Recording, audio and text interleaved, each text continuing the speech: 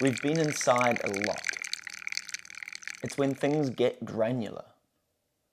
I thought that by accomplishing the big thing, I could make the most of my time. But maybe not. Maybe accomplishing the little thing is what's important. These are the little things, done in often very difficult ways. This is kinetic energy, heat, and time. It looks like eat, but it's not. It's the part before that.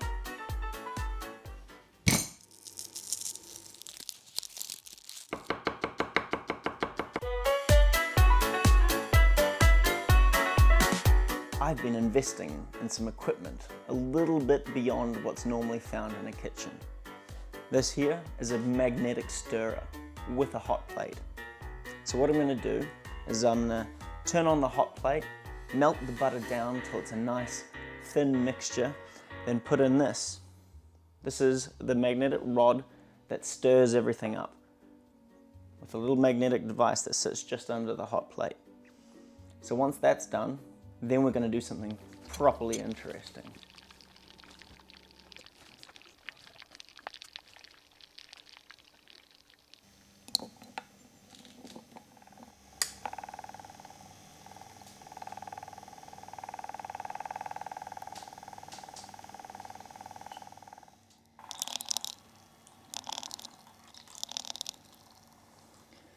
The butter is flowing smoothly. I'm going to be very careful about my application of heat here because I don't want to caramelize the butter or burn it. Likewise, when I add the garlic to it, I don't want to caramelize that. I want to poach it. So currently, I've got the butter temperature sitting at 69.3 degrees Celsius, and I intend to keep it below 70 for the duration of this. It's going to be a slow process, but a very delicate and delicious one. So we'll be adding the garlic 1 teaspoon at a time as to not break the flow of the butter by the stir rod.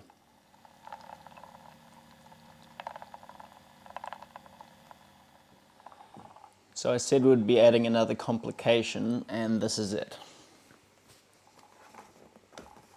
This is my smoking gun.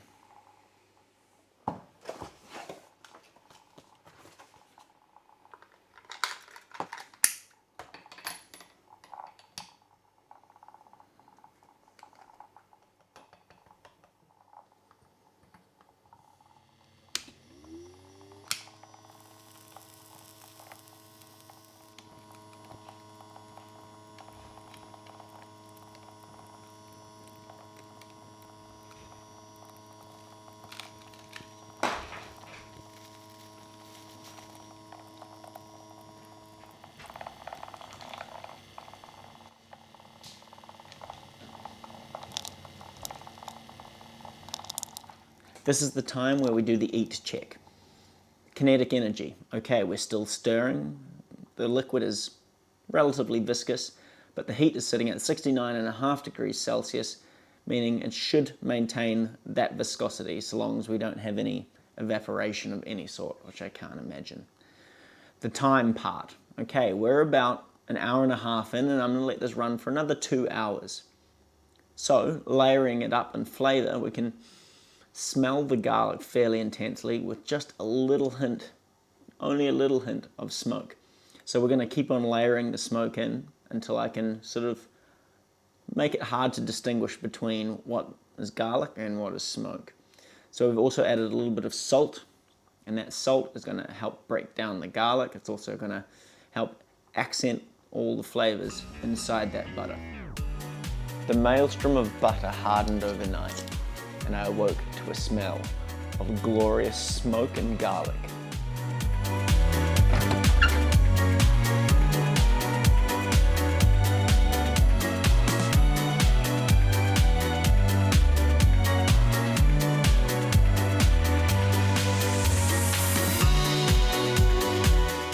Down to the local grocer I go, Enos and the boys.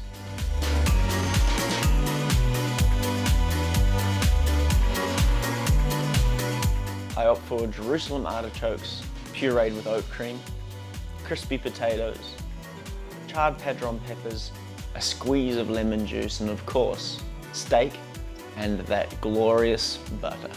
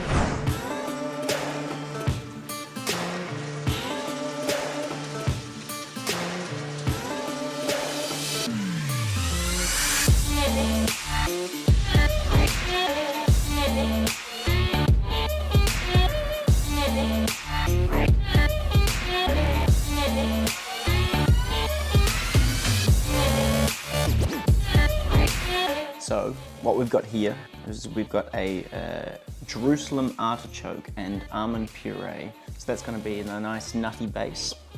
Then we've got the beef, which is simply done with a bit of salt and pepper, nice and rare, just the way I like it. Intersperse that with that and beautiful charred padron peppers and a little bit of onion and some sage. So we've also got just some potatoes on the side because I want it. And then finally the hero. This is that absolutely beautiful butter. So we'll give it a go with a little spritz of lemon and see if it comes through.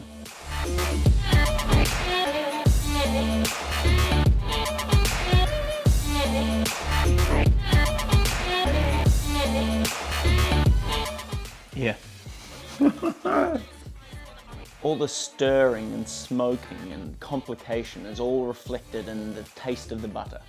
There are layers upon layers of smoke and pure garlic flavor and creamy fattiness, and it decorates all the flavors on the plate perfectly.